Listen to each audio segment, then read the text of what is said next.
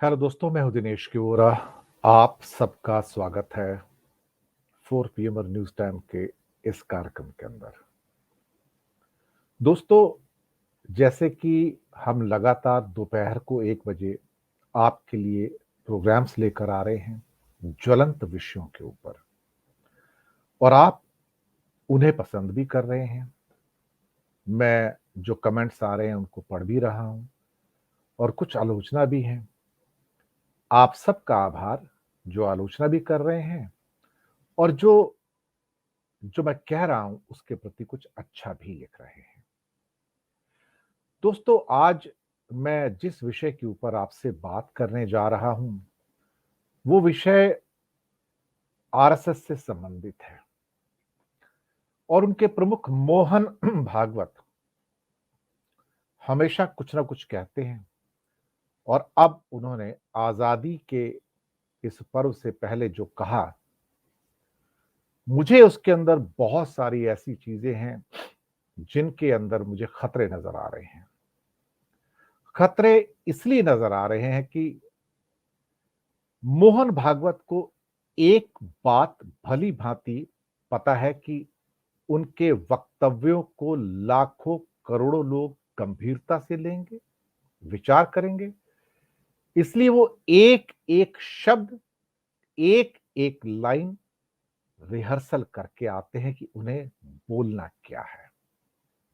कोई भी ऐसी चीज बिना सोचे समझे वो नहीं बोलते हैं और हमेशा लोगों को एक बहस में उलझाते हैं, जहां वो जो कुछ कहते हैं और जो उसके पीछे छुपा हुआ अर्थ है, अर्थ कहूं या अनर्थ कहूं या उसमें उभरने वाले खतरे कहूं, आप यकीन नहीं मानेंगे। ये सब चीजें रिहर्सल कर कर लाई जाती हैं और उसके बाद समाज की प्रतिक्रिया देखी जाती है। दरअसल आरएसएस इस समय एक ऐसा दल बन गया है, एक ऐसी ऑर्गेनाइजेशन बन गया है जिसके ऊपर लोगों का विश्वास मुश्किल से हो पाता है।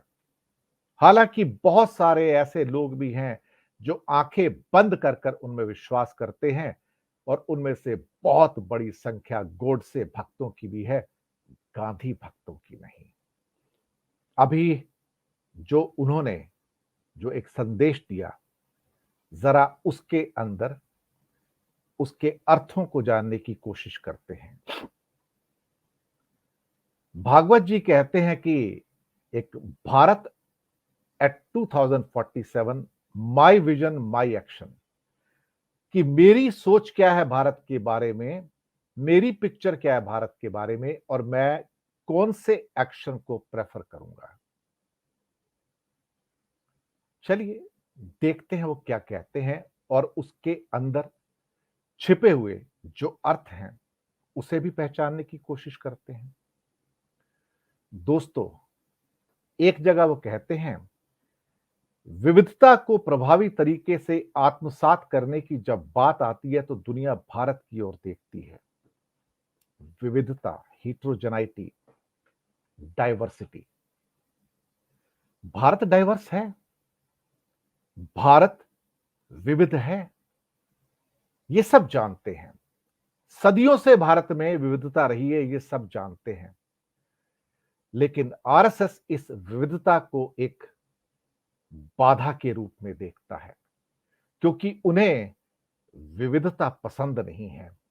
उन्हें घृणा है विविधता से, क्योंकि उनकी जो थ्योरी है वो एक विचार की है, एक सोच की है, एक थ्योरी की है।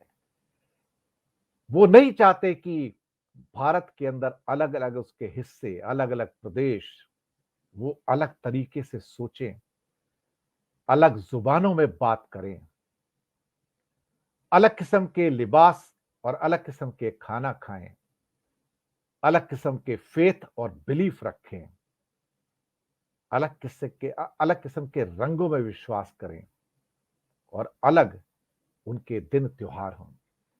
नहीं, वो नहीं चाहते, क्योंकि उनका इशारा जो है, जो एक्शन है, जो विजन है, वो एक सोच, एक विचार, एक भाषा, एक लिबास, एक खाना, एक संस्कृति।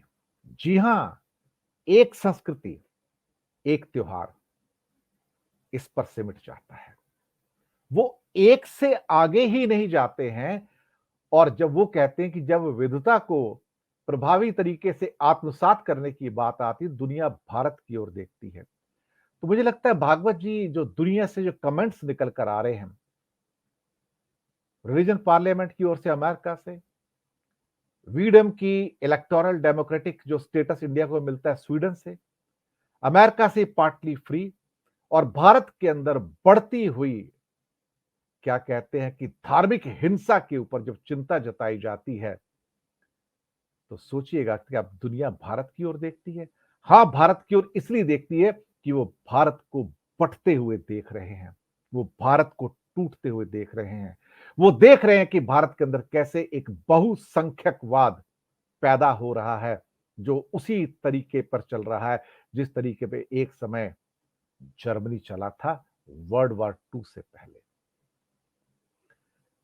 फिर कहते हैं आगे, दुनिया विरोधाभासों से भरी हुई है, पैराडॉक्सेस से भरी है, लेकिन द्वंद से निपटने का हुनर केवल भारत के पास है। बिल्कुल सही कहा, ये सही कहा। द्वंद से निपटने का हुनर केवल भारत के पास है, क्योंकि भारत सेकुलर है, भारत डाइवर्स है। भारत अपने अलग-अलग हिस्सों की भाषाएँ, उनका लिबास, उनकी एक तरह से संस्कृति, उसकी इज़्ज़त करता है। लेकिन आप ना तो विभिन्न भाषाओं की इज़्ज़त करते हैं, ना विभिन्न वेशभूषाओं की इज़्ज़त करते हैं, ना विभिन्न संस्कृतियों की इज़्ज़त करते हैं। और जब ये कहते हैं कि हमारी भाषा जो इंडिया के अंदर बहुत सारी है, वेशभूषा सैकड़ों हैं, संस्कृतियाँ इतनी हैं कि गिनी नहीं जा सकती। ये कहते उनमें मामूली अंतर है। ये भारत को जानते ही नहीं दरअसल। जानते तो कहते नहीं। इन्हें शायद ये नहीं पता कि एक मराठा संस्कृति और तमिल संस्कृति में कितना फ़र्क है। एक कन्नड़ संस्कृति और मलयालम संस्कृति और बंगाली संस्कृति में कितना फ़र्क है। उत्तर भारत में एक पंजाबी संस्कृति या हिंदी संस्कृति में कितना फ़र्क है। एक डोगरी या कश्मीरी संस्कृति में कितना फ़र्क है। उन्हें ये नहीं मालूम कि उत्तराखंड की संस्कृति और गुजरात की संस्कृति में कितना फ़र्क है। मध्य प्रदेश की और उत्तर प्रदेश की अलग-अलग एरियाज़ में जो अलग-अलग संस्कृतियाँ हैं, उसमें कितना फ़र्क है। ये मामूली अंतर नहीं है, ये बहुत बड़ा अंतर है, क्योंकि हमारा देश एक ऐसा देश है, जिसके अंदर कई देश हैं। जिसे कहते हैं नेशनैलिटी के अंदर सब नेशनैलिटीज़ हैं यहाँ पर। जिसे ये हमारी भाषा, वेशभूषा और संस्कृति में मामूली अंतर बता रहे हैं संघ प्रमुख, उन्हें भारत का ज्ञान ही नहीं है, भारत की समझ ही नहीं है उनकी। फिर कहते हैं, हमें वृहद तस्वीर देखने और इन चीज़ों पर अटके नहीं रहने की समझ बनानी होगी। इनका कहना मतलब कहने का तात्पर्य ये है कि अगर आप तमिलियन हैं, तो आप तमिल पे मत अटके रहिए। उससे जो एक बड़ी सोच है, भाषा है जिसको हम दे रहे हैं, जिसे वो हिंदी कहते हैं, उस पर आके अटकिए। वो अपनी वेशभूषा पे ना अटकें, जो एक मराठी या गुजराती या तमिलियन या कन्नड़ है या बंगाली है या नॉर्थ ईस्टर्न है, उससे निकलकर ऊँची वाली चीज़ पे अटकिए। वृहद तस्वीर यानी कि भाषा छोड़ दें, वेशभूषा छोड़ दें, संस्कृति, खान-पान, फेथ बिलीफ छोड़ दें। यही कह रहे हैं ये। मैंने कहा ना, भागवत जो कहते हैं, उनके पीछे छिपे हुए अर्थ को समझने की ज़रूरत है। वो कहते हैं कि विभिन्न जाति के सभी लोग मेरे हैं, हमें ऐसा प्रेम दिखाने की ज़रूरत है। सभी जाति के लोग?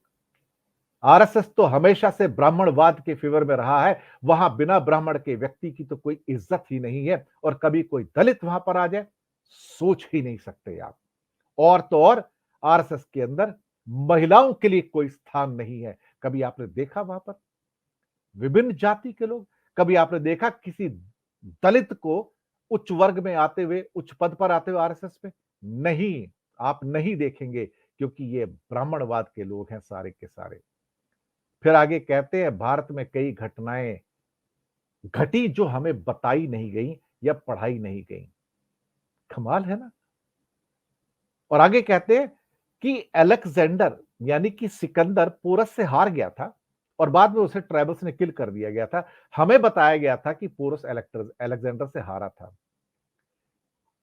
इतिहास को बदलने का जो कुचक्र रचा जा रहा है इन जैसे लोगों के द्वारा, जिनका इतिहास में कभी स्थान नहीं रहा, इतिहास में विश्वास नहीं रहा, अब ये नया इतिहास बनाएंगे। कल को शायद ये भी बताएंगे, महाराणा प्रताप ने तो अकबर को हरा दिया था हल्दी घाटी की लड़ाई में, और भारत में अकबर का राज ही नहीं था, शाहजहां का राज ही नहीं था, खिलजीज और तुगलक का राज ही नहीं था। ये भी बताएंगे शायद आके।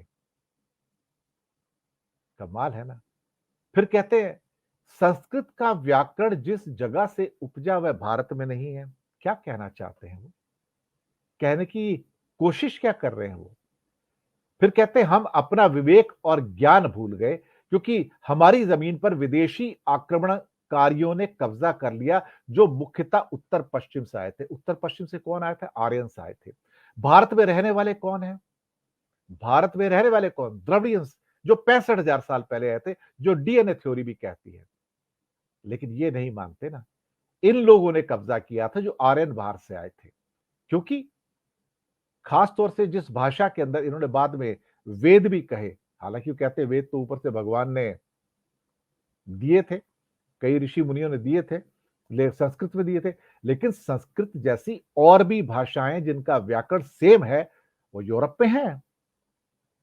संस्कृत कोई अकेली ऐसी भाषा नहीं है। इसीलिए जो कई इंडो आर्यन भाषाएं जो हैं वो और भी हैं दुनिया के अंदर, उसमें जर्मन भाषा प्रमुख है। तो हमें ये भूलने की जरूरत नहीं है, कोई ये ना समझे कि संस्कृत जो है उसकी व्याकरण सबसे परफेक्ट है और ये सबसे परफेक्ट है। नहीं, और भी भाषाएं हैं जो इंडो यूरोपियन थी जो इतनी ही ग्रेट है, और जर्मन उनमें से एक है, और उसकी व्याकरण भी बिल्कुल उतनी ही ग्रेट है जितनी संस्कृत की है। लेकिन भारत में संस्कृत पढ़ता कौन है? ये आरएसएस वाले खुद नहीं पढ़ते हैं और दूसरों को कहते हैं। फिर कहते हैं कि भागवत साहब आगे इस संबोधन में, हम अनावश्यक रूप से जाति और अन्य ऐसी व्यवस्थाओं को महत्व देते हैं। साहब, दलितों को आरएसएस में स्थान नहीं, दूसरे वर्गों को उसमें स्थान नहीं। एक ब्राह्मणिकल व्यवस्था बनाकर रखी हुई है उन्होंने वहां पर। और फिर कहते हैं कि जाति और अन्य व्यवस्थाओं को अनावश्यक रूप से महत्व देते हैं। आप सोचिएगा इस बारे में। और सबसे बड़ा खतरा वापिस से फिर कल निकल के आता है, हमें अखंड भारत चाहिए। ये अखंड भारत का मानचित्र दोस्तों आपने बहुत देखा होगा। इस अखंड भारत के मानचित्र में एक देवी मां दिखाई हुई है जिसके हाथ में एक झंडा है, और वो झंडा भगवे रंग का है जो आरएसएस का भी झंडा है। अखंड भारत अफगानिस्तान, पाकिस्तान, नेपाल, तिब्बत का एरिया भी मैं आपको बता दूं उसमें, और साथ में बांग्लादेश, ऊपर से म्यांमार और नीचे थाईलैंड तक, श्रीलंका भी इंक्लूड है। ये सारा का सारा अखंड भारत का सपना। ऊपर से कहते हैं जिस दिन हमारे मन से डर निकल जाएगा अखंड भारत बन जाएगा। ये डर, कौन से डर की ओर इशारा कर रहे हैं? किस बात का डर? भागवत जी, किस डर की ओर इशारा किया जा रहा है? Which fear you are talking about? और अखंड भारत बनाने के लिए क्या आप हिंसा का सहारा लेंगे? क्या आप पाकिस्तान पे आक्रमण करेंगे? क्या आप अफगानिस्तान और तिब्बत पर आक्रमण करेंगे? क्या आप भूटान, बांग्लादेश पर आक्रमण करेंगे? क्या आप म्यांमार और थाईलैंड पर आक्रमण करेंगे? अखंड भारत तभी बन सकता है ना जब ये आपके अंडर में होंगे। और ये बार बार अखंड भारत की बात निकल कर आ रही है, और कहा जा रहा है कि अफगानिस्तान से लेके नीचे थाईलैंड तक, म्यांमार से भी आगे जाके ये सब हमारा एरिया होगा और हम सबको एक साथ मिला लेंगे। यानी कि फियर इज गॉन, अखंड भारत विल हैपन। जब डर चला जाएगा तो अखंड भारत हो जाएगा। तो इसका मतलब ताकत के बल पर एक रास्ता बताया जा रहा है राजनीतिक शक्तियों को भारत में, कि वक्त आ गया है कि आप इनको अपने में मिला के अखंड भारत की रचना करो। वैसे अगर आप देखेंगे इतिहास में तो अखंड भारत नाम की कभी कोई चीज नहीं रही है। ये आपको भ्रमित कर रहे हैं मोहन भागवत और आरएसएस के लोग, ये दक्षिणपंथी। अखंड भारत नाम की यहां पर कोई चीज नहीं रही है। अखंड भारत नाम का कोई देश नहीं रहा है। ये साउथ एशिया, जिसको कि जम्बू द्वीप या कई बार कुछ और नामों के द्वारा भी पुकारा जाता है, ये उसी रूप में पुकारा जाता है जैसे यूरोप को यूरोप के कॉन्टिनेंट के रूप में पुकारा जाता है, न कि एक देश के रूप में, क्योंकि यहां भारत देश कभी नहीं रहा। जिन्होंने हिस्ट्री नहीं पढ़ी है, उन्हें पढ़कर देखना चाहिए। कॉन्टिनेंट्स के नाम कुछ भी दिए जा सकते हैं, चाहे वो जम्बू द्वीप हो, चाहे वो हिंद हो, चाहे वो कई जगह तो भरतखंडे भी है, लेकिन इनका कोई महत्व नहीं है। ये कॉन्टिनेंट का नाम है। साउथ एशिया कॉन्टिनेंट है सारा का सारा, जिसको आप अफगानिस्तान से गिनते हैं और आगे म्यांमार से आगे तक चले जाते हैं, ये साउथ एशिया है सारा का सारा। इसको अलग अलग नामों से इतिहास में पुकारा गया है, लेकिन ये कभी देश नहीं था। यहाँ तो सैकड़ों हजारों रियासतें थी, छोटे छोटे एरिया थे जो अपने अपना रूल करते थे। जब डर चला जाएगा तो अखंड भारत होगा। माफ कीजिएगा, आप भारत को दरअसल ताकत के बल पर दूसरे देशों को हड़पने का प्लान दे रहे हैं। ये खतरा है जो भारत के लिए खतरा है, क्योंकि अन्य देशों पर आक्रमण करना कहीं ना कहीं आज की डेट में असंभव है और आने वाले वर्षों में भी असंभव है। फिर आगे कहते हैं कि ब्रिटिश ने हमें बताया कि सिंधु सरस्वती सभ्यता 3400 साल पुरानी है। सही तो बताया उन्होंने। ब्रिटिश ने इतना तो बता दिया हमें कम से कम, और इनके अपने पास तो कुछ भी नहीं है। फिर कहते हैं हम तो 9000 साल पुराने हैं। अब पता नहीं इनके 9000 साल कहां से आते हैं। इनके पास कोई साइंटिफिक सर्च नहीं है।